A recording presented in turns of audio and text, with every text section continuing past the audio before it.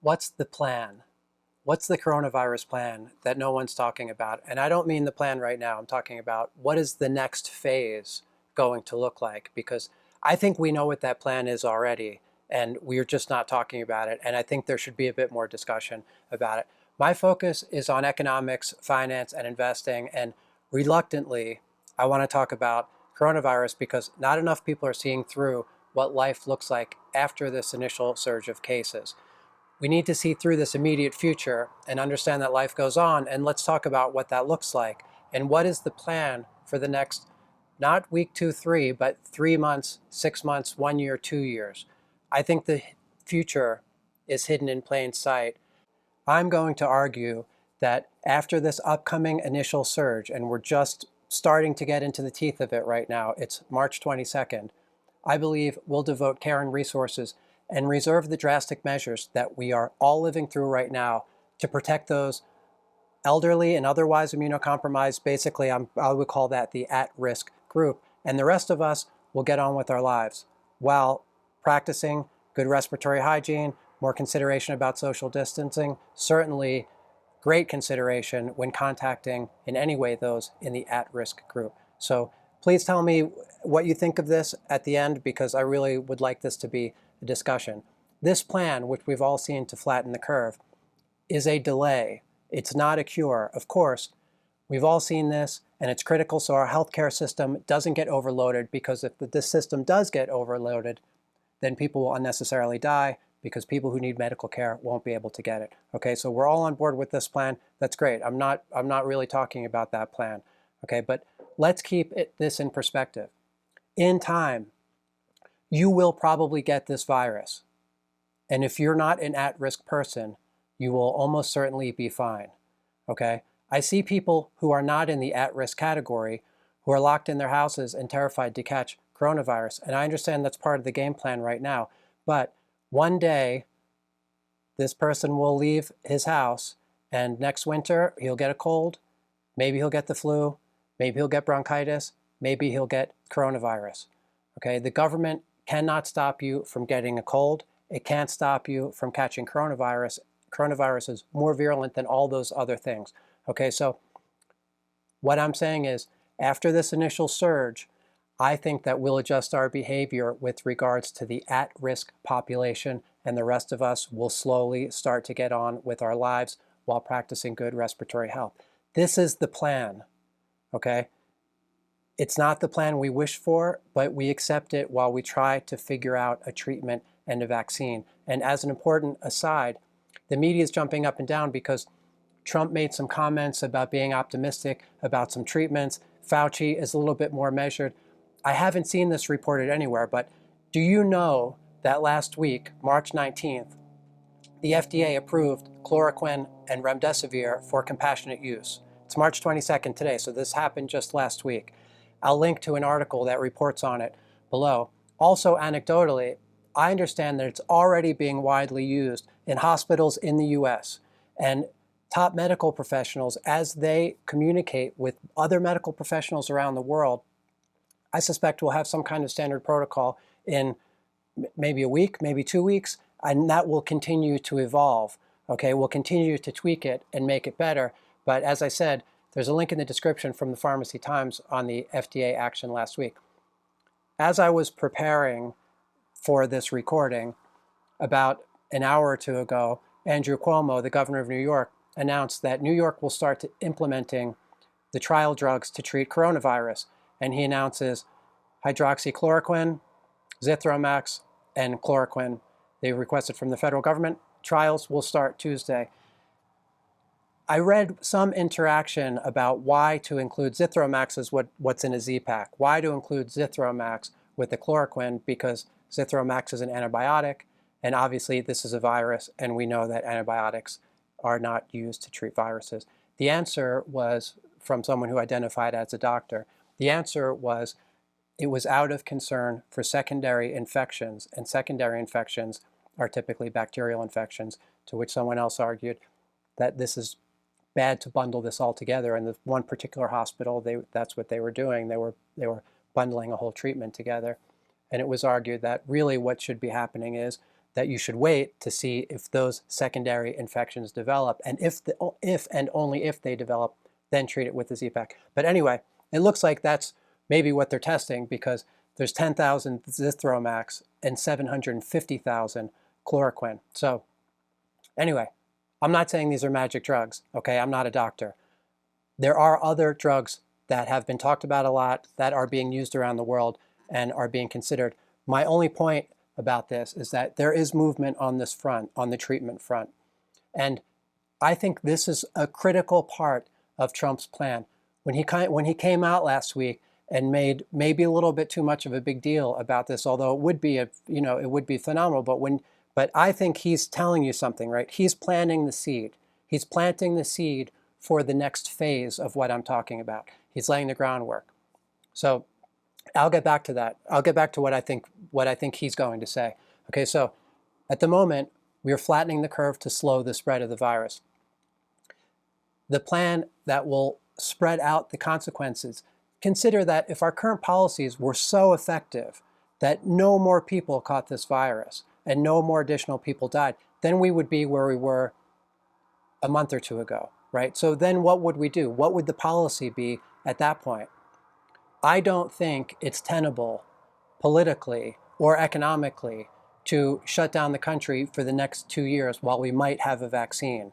Okay, Fauci says when talking about a vaccine, he says cautiously optimistic was the term that he used. And then he said, unfortunately, it's going to take a while to get there. And everyone really focused on oh, geez, we're going to have to wait 18 months or whatever the number is.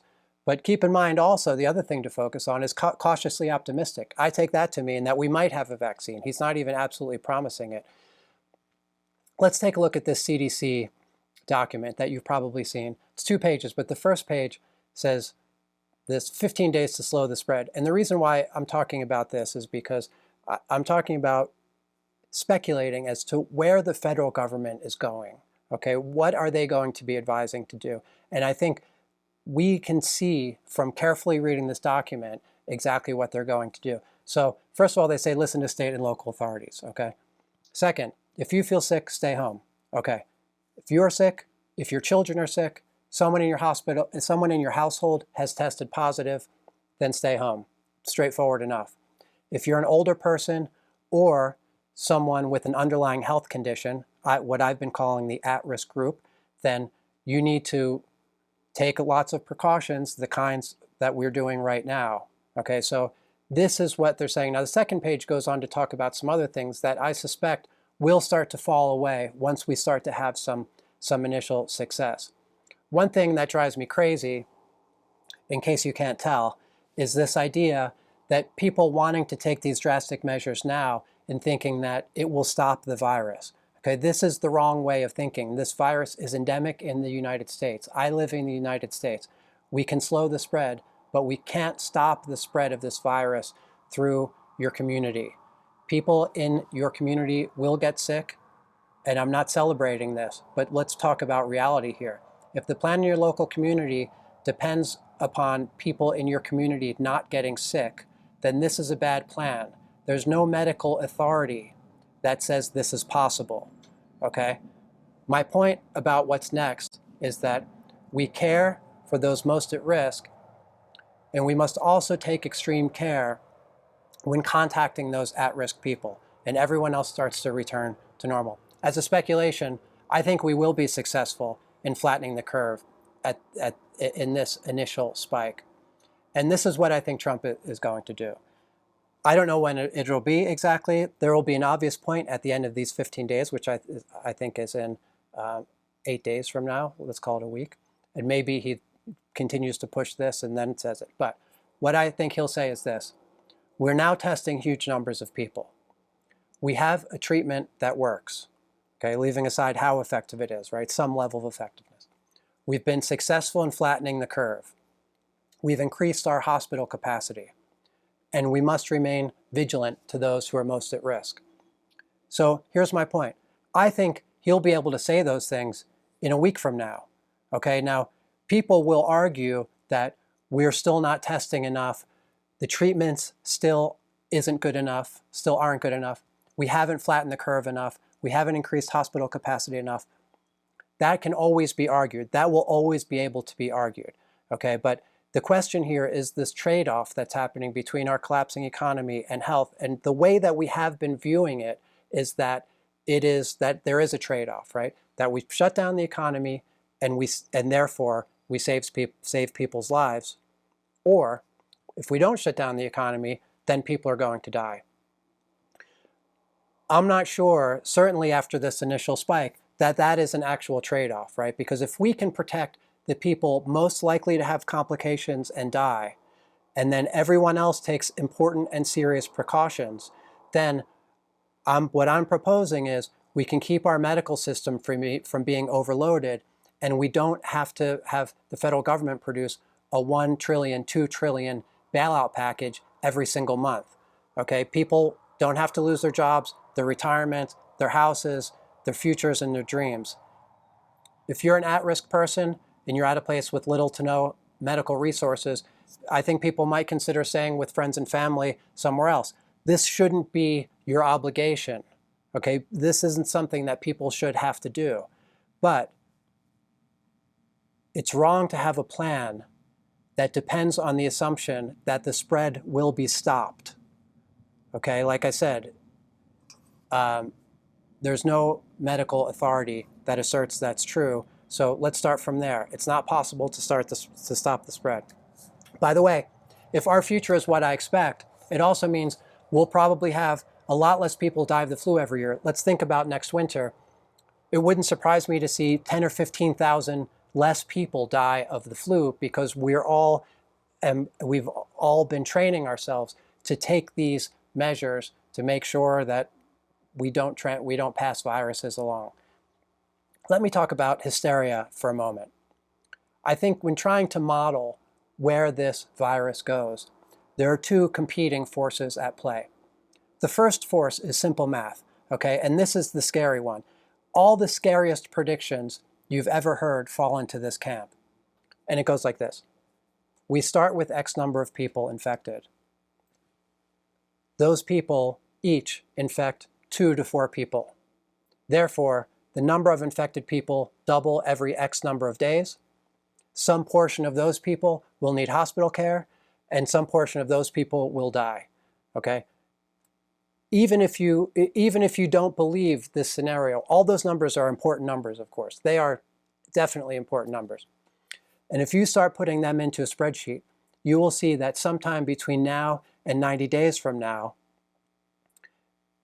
I'll show you this little spreadsheet I put together where I used a doubling time of every 4 days. I used a case fatality rate of 1%, okay? And you can see that within 90 days, we have 120 billion people who have been infected. I figured I could stop there since there's only 7.7 billion people in the world. Okay, so that's the first scenario. I don't need to tell you what that looks like from a humanitarian perspective. The competing force to that the first approach doesn't take into consideration at all, is the fact that when we go from 5,000 cases to 20 to 30 to 50 to 100 to 200,000 cases, people's behavior changes, okay? And we've already dramatically changed our behavior. Even though we can point to these stupid kids who are partying on the beach at spring break, the vast majority of us have dramatically changed our behavior, okay? So where we equalize between these two factors, the simple math factor, the replication and spreading, and the fact that we've changed our behavior and that is going to change the outcomes. Where that equalizes, no one can say, and I can't either, except to say it definitely won't be the first scenario.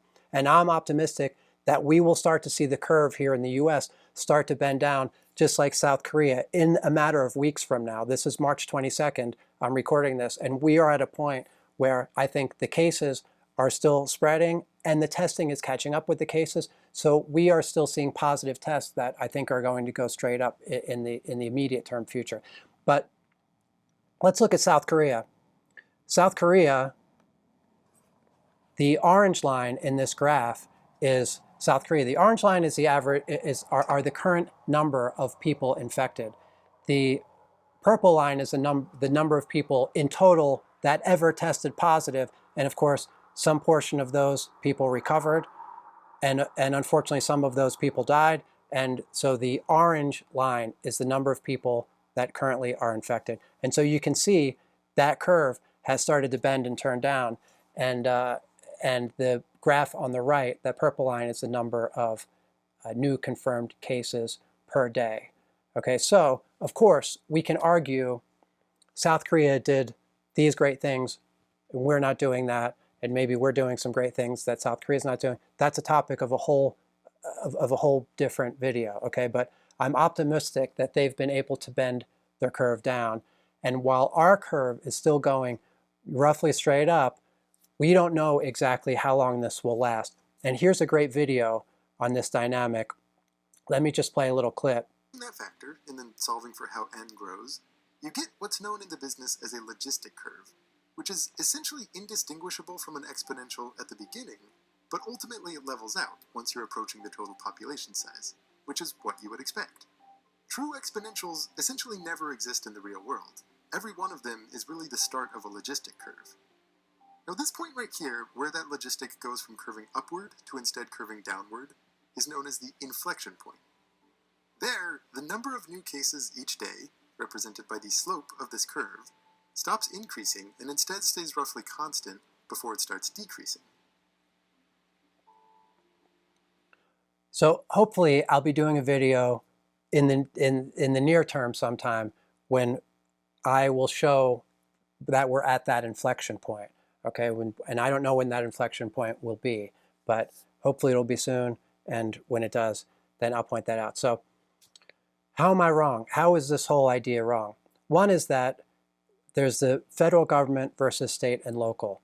Okay, that even if the federal government wanted to come out with the kind of policy that I'm talking about, all of the most draconian measures that we've seen have really been taken by state and local governments. Okay, so of course they all talk and they're in cooperation, but I would think that the federal government probably has limited ability to impose on the state and local governments.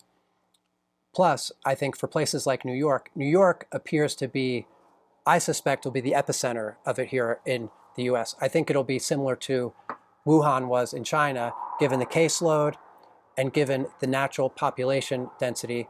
Maybe we will see these policies in New York for a little bit longer. I think that would make sense. Now, one other thing I would say is I could imagine people, the initial reaction from lots of people to say, but I just saw in the paper that a young, healthy person died. Okay, if someone is young and healthy, that doesn't mean there's a zero likelihood of complications, okay, in the not at-risk group. So there still is risk in the group that is not at risk, okay, but the question is that number small enough such that by continuing these measures with the most at risk, and also knowing that some of the people who are not at risk will still develop complications, if that number is still small enough to not overload our medical system, then that, I think, was clearly the best way forward. Keep in mind also, the press will be the first to report these cases of presumably not at-risk people, young, healthy people who run into complications, and they do that because they're scary and they're selling media to you. We live in a probabilistic world. We need to look at the big picture here. I just listened to Cuomo from New York, who was talking about some of the big picture numbers, and the numbers he says is consistent with what we've heard all along in terms of saying that the young, healthy people are a very low-risk group and that the much higher risk group of complications are the more elderly and immunocompromised. I think there's an important question, too, about what can go right here. The most obvious answer is that the treatments that we're exploring could prove to be dramatically effective at lowering the case fatality rate, which is obviously the point about what we're trying to do here. So that's it. Stay safe, use reason, don't panic. Please subscribe and hit the bell.